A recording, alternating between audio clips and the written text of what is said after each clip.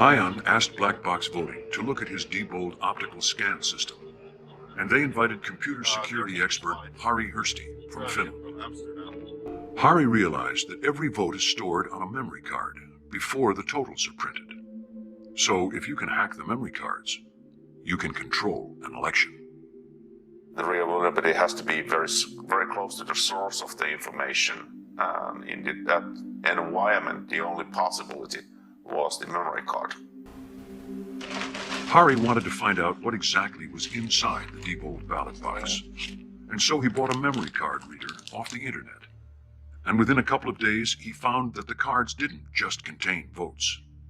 There was a program, or executable code. Well, if someone would have told me that in this system there is a living thing, an executable, modifiable program stored in the same place as the very data which is the most secure in this system, I would say you have to be misunderstanding something, crazy, or lying.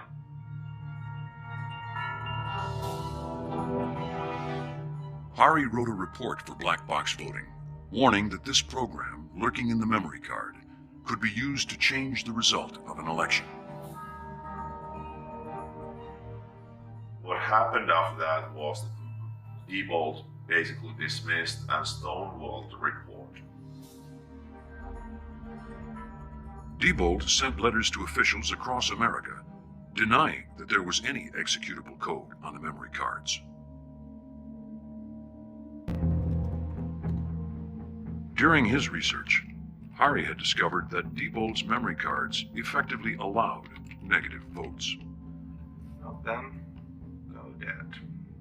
What we're going to do here is modify one card and then bring it to the election supervisor Iron Sancho's office. Plug it as the real card in any election to the real election system and run ballots through. And that's the same system which have been used in a number of previous elections.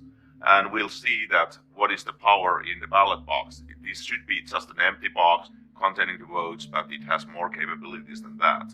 So it's a very simple process. You just add the card in, you run the rewrite program, tell where to find the scanner, and tell exactly what file you want to be put in, and off it goes. Harri's hack is a variation on stuffing the ballot box before anyone has voted. But this is always suspicious because you end up with more votes than voters. So Harri used 5 negative votes for one candidate and then gave the other one 5 positive votes. So as people cast their ballots, the total number of votes always equals the total number of voters. But was Harri right? Hi, how are you doing, Nice Susan? to see you. Good to see you. Susan Berniker from Louisiana and Dr. Hugh Thompson also came to watch Harri's hack. Always good to Always see you. good to see you, Kathleen. Come on in. Well, let me tell you what we're going to do today.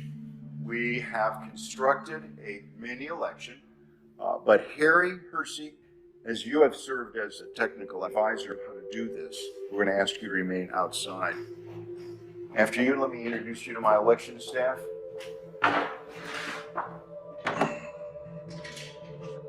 To ensure that we've not prepared some sort of a device that has been pre-rigged, pick the number, and then we'll grab that unit, and that will be the device that we will count the ballots on. I just feel like this is the one. Okay, and the winner is unit 15191. 5191.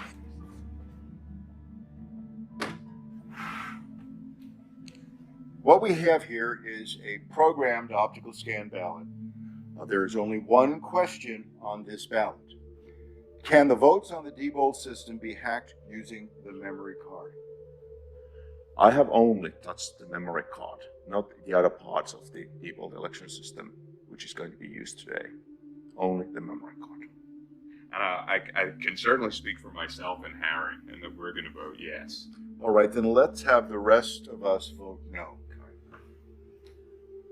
2 individuals, Hugh and Harri, will be voting yes. The rest of us will be voting no. and then we'll scrutinize the ballots afterwards to ensure that that is indeed the mark. I will say that I'm wrong and Diebold is right, and I'm going to say, no, they cannot be hacked. It's impossible. So I vote no. I'm going to film myself voting.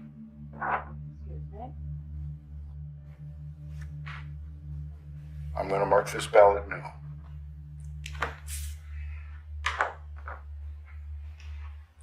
Dr. Thompson?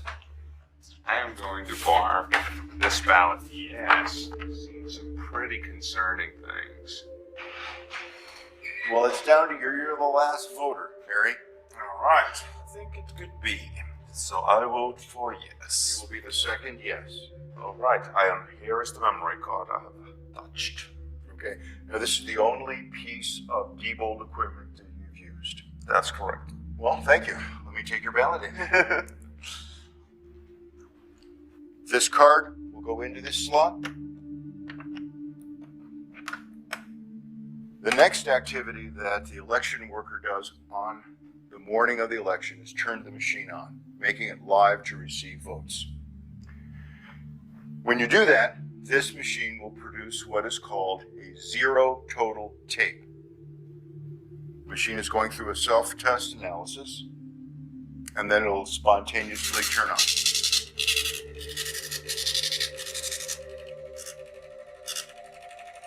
This is Harry's card that is telling us that there are 0 votes stored in the memory. Okay, let me get the ballots. Let's insert a yes ballot. We're going to put in another no. 7. The last no ballot. 8. Placing the ender card in this device, telling it to turn off its counting function and do its reporting function, will now cause the voting machine to print out a tape reading the number of votes that it had just read.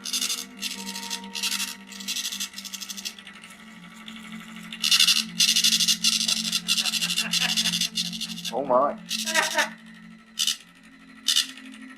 Of course. Oh no.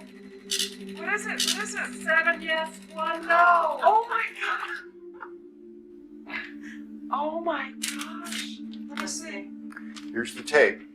7 people said it could be hacked. And we put through 6 and 2. 6 Six no's and 2 yes. yes. Oh my gosh, do you know what this means?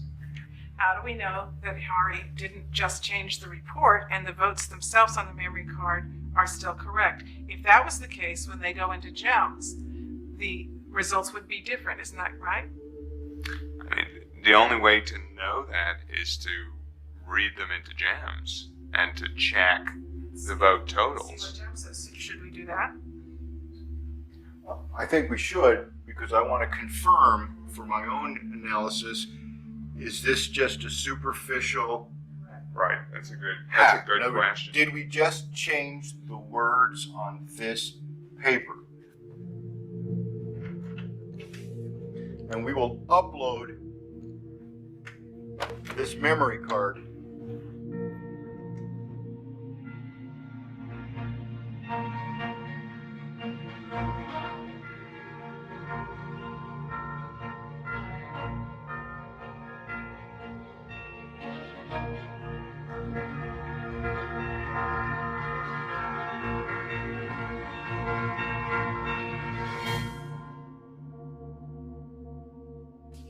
if I had not seen what was behind this, I'd have no reason not to. I would have certified this election as a true and accurate result.